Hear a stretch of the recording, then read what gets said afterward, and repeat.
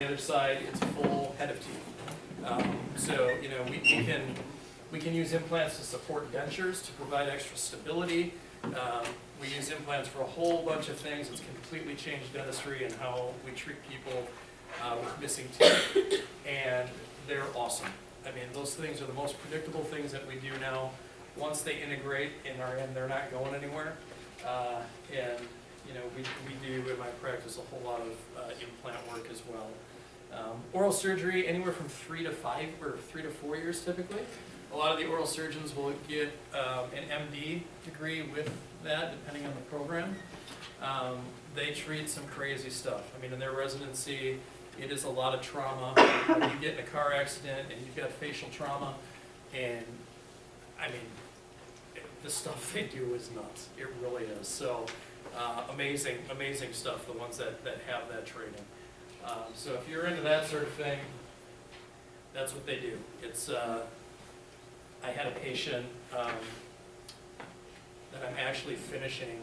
I'm starting to restore right now. He was about your guys' age. Actually, it's happened when he was 17, and he smashed his face on a steering wheel when a deer ran out in front of him up in the UP. Knocked from, well, basically, it knocked from this tooth over all of his teeth out and all of his maxilla out too. So when the maxilla gets knocked out, of course that's the bone. I mean, you have to replace that somehow. And in his case, they took a iliac crest graft, which is your hip, basically. So they went in surgically, took bone off of his hip, grafted it into his mouth, and then later on now we have placed 5 implants in there. And he's now ready for me to kind of rebuild his entire bite. So again, that's some pretty intense stuff. But I mean that shows it happens. I mean that's someone that I'm treating currently.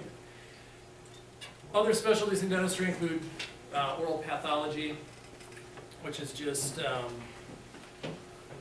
diagnosing, just like a regular pathologist, an MD would in the hospital. There's literally a specialty where you are just evaluating and diagnosing oral pathology, of which there is a ton of. I mean, just a ton. The other one is public health, very much less known specialty, obviously, but basically doing the same sorts of things that people in public health sectors for other medical professions do. Here's an example of oral path. In my time in Wausau, I have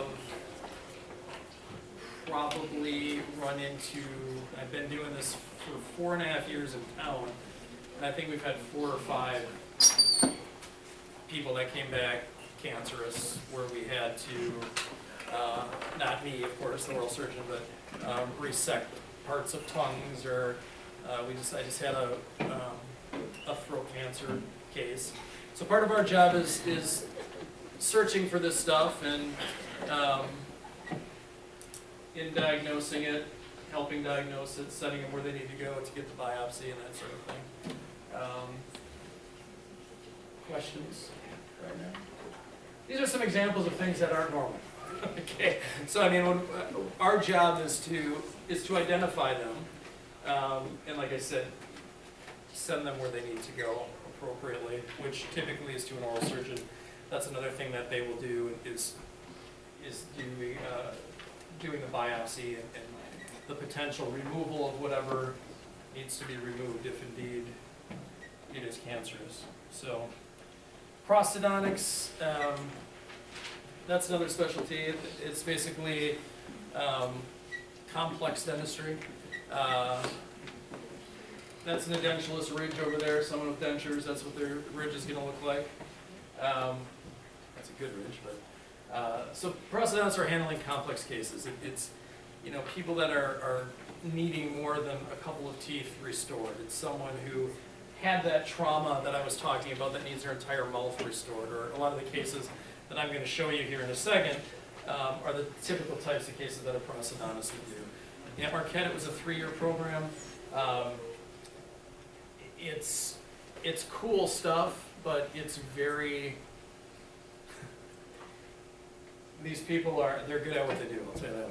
It's trying to think of the word I want to use to describe this. It's very putsy, like very, very, very, very detailed stuff. So, anyway, we do, most general dentists will do a fair amount of removable of dentures and that stuff in their practice. But I guess the level of training kind of depends on the quality of what you're going to get out of it in terms of how the teeth come together and how they look cosmetically. So again, for me, CE-wise, I have gotten most of that residency training that I talked about by paying for it through CE. I've done training on some ortho training, Invisalign. We do some brackets on a limited case. But the main stuff is really implants and surgery, and full mouth reconstruction, which is what the prosthodontist does. So we do a whole lot of taking people with pretty terminal dentitions and rehabbing them to look and function appropriately. Is a lot of your CE online, or do you No, go? it's all, yeah, I'm traveling a lot, yeah. So, my typical day is mixed with a bunch of different things. I mean, there's a lot of hygiene checks because we're very busy. But, in terms of the work that I'm doing, it's still 80% of it is still bread and butter, what most dentists are doing, crown and, just restorative work, fillings, a lot of oral surgery, extractions. But in my practice, we mix in a good amount of fun stuff too, with the implants and the full mouth stuff, and more complex dentistry. So we kind of keep those separate. It's a good mix. These are the types of things that I do that I had to kind of go out on my own and learn. And I've provided the technology in the practice as well to help me do this predictably and effectively, which is key. I mean, with the implants, we have a CBCT machine, so we can take 3D images of the head and jaw, which allow us to place those things predictably, safely, avoiding critical structures, putting them in good bone so that they're not going to fail. It's pretty cool technology. We plan all this stuff digitally, so when you see an implant, like I showed you, we're taking a scan of your head, digitally placing the size and shape of the implant that we want into the spot we want, and then fabricating a guide that fits on the teeth with a hole in it that allows us to place that implant in that precise spot. So this is a patient of mine. He came to me from another dentist in town and he told me that he needed a crown on tooth number 12, which is right there. Does any of the rest of you see anything else wrong with his teeth? I mean, he does need a crown on 12. Like I told him, I said, yeah, you need a crown on like every tooth, not 12. I mean, but the reason, and that's not an uncommon thing. If you don't have the training to deal with something like this in a comprehensive way, we kind of patch things along, and this is what happens. So he has no cavities in there. None of that is decay. That is all straight wear and acid reflux from a traumatic bite that was never corrected, and from things just never getting put where they should be. This is kind of how he ended up after I was done with him. So we took his teeth, restored them, opened his bite up. I don't know if I have a before and after of what his face looks like, but yeah, there you go. So, I mean, you can see, for him, it was a matter of, he's doing that because without doing it, you're literally going to end up in dentures. He's losing his teeth. I mean, they're gone. But, from a cosmetic standpoint, obviously that completely changes how you look. And a lot of these people that we do, it changes their entire personality. And that's why I like doing this stuff. And it's super cool and fun to do because you see a guy, I have a few people that no one ever wants to spend that kind of money on their teeth. But I've never had anyone regret it. I mean, when they're done, they like I said, they turn into different people. And I've had guys come in that were crabby grumpy old men like me, and they walk out, and it's like they come in later, and it's just a different person. This is another wear case, you know, very similar. So you can see here now some subtle things, like I did some of that crown lengthening on this guy. So these levels of a lot of these teeth aren't even. I mean, they should be symmetric, at least the contralateral teeth should be symmetrical across. So you can see from that to the bottom, and those are the little details that make things go from, yeah, that looks a little better, to it really popping. This is an example of acid reflux. This is another patient of mine that we had to do this to. All of these teeth right here, the enamel is completely missing, and that's just a result of acid coming up his esophagus from that night. So we see and help diagnose this sort of thing.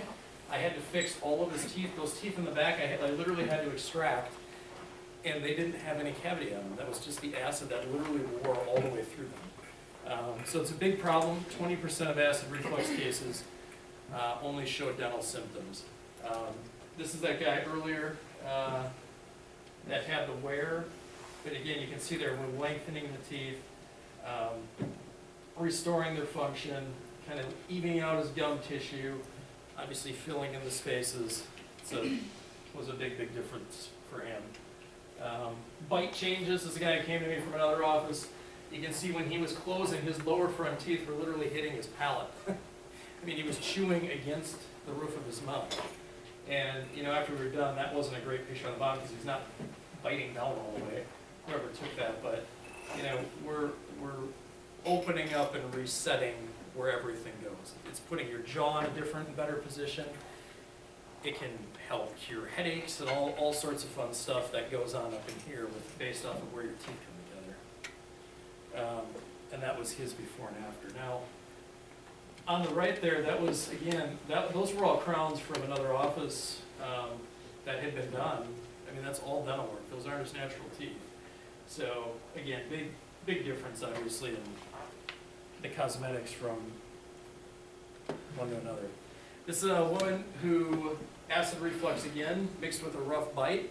No cavity is there. Again, just the acid wearing away the enamel of the teeth, turned, you know, super thin up on top. That was that way all the way through her mouth. And, you know, the result on that was pretty good. She, these sorts of cases, basically, I prep all of those in one day. So we are, I mean, she's in the chair for like 7 hours, and we are going through all that in a day. She's leaving in temporaries to kind of represent what it's going to look like, and then when she comes back, we spend about 4 or 5 hours putting it all together. So a lot of work on the front end. This is kind of a close-up of that same patient, and that was her kind of before and after photo. Veneers. This guy came to me from another office. That's his before and after. He had some wear. He needed it done, but his motivation was purely cosmetic at the time. He didn't even realize that he had acid reflux, and that, you know, a lot of this wear was a major issue until we talked to him. But you know, he was looking for cosmetic improvements, and I think that we provided that, certainly. Looks like a different guy. You were asking about ortho before. This is a case now on that top picture. That is actually after I did some ortho on her.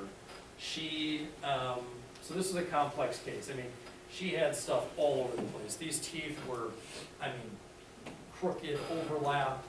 So we put them in as good a position as I could. She lost that one tooth, as you can see, once we started. So on the bottom there, that missing tooth is an implant that we did. So, you know, you can see, I mean, if done properly, and I hadn't told you that and asked you to pick out which tooth was an implant, it's pretty hard to do. I mean, from a cosmetic standpoint, you know, we can get these things so they look pretty darn natural. And that was kind of what she looked like before and after the case. These were all done within the last year or two, so last year and a half. Another acid guy. as you can imagine from looking at him, he probably wasn't too concerned about his cosmetics, but when we got done with him, he's pretty happy. He was a new guy, but, you know, the whole time, he wanted nothing to do with how good it was gonna look, and I told him not to worry about it, we'll take care of that. This was an ortho case too, where we, when she started, I worked with an orthodontist on this one. She had big spaces everywhere, so we kind of closed those down, put things into a better position, as you can see on the right, and then we kind of finished it off on the left. Another case that we did recently, he was a wear guy as well. Here's an example of one where huge change in the before and after, but we did this pretty minimally. This was only 4 teeth. Okay, so it's her middle 4 teeth. She had those, we call them peg laterals on the side of her front teeth, which are little spikes basically, and then really discolored, stained central teeth. So just by, we did ortho on her, kind of put things in a better position, and then just by doing those front 4 teeth, obviously there's a huge, huge difference there for her. So just finished this guy up recently. Again, another weird case. He was about the cosmetics, so that was his main motivator. And yeah, that's it. Questions on any of that?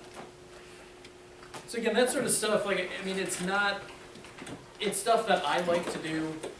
It is not something you're gonna find everywhere for sure.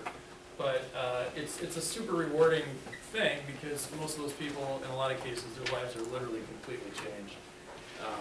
And you know, it's hard work on our end. It takes a lot of time. It's exhausting, but it's super fun too. So that's really what I enjoy the most, for sure.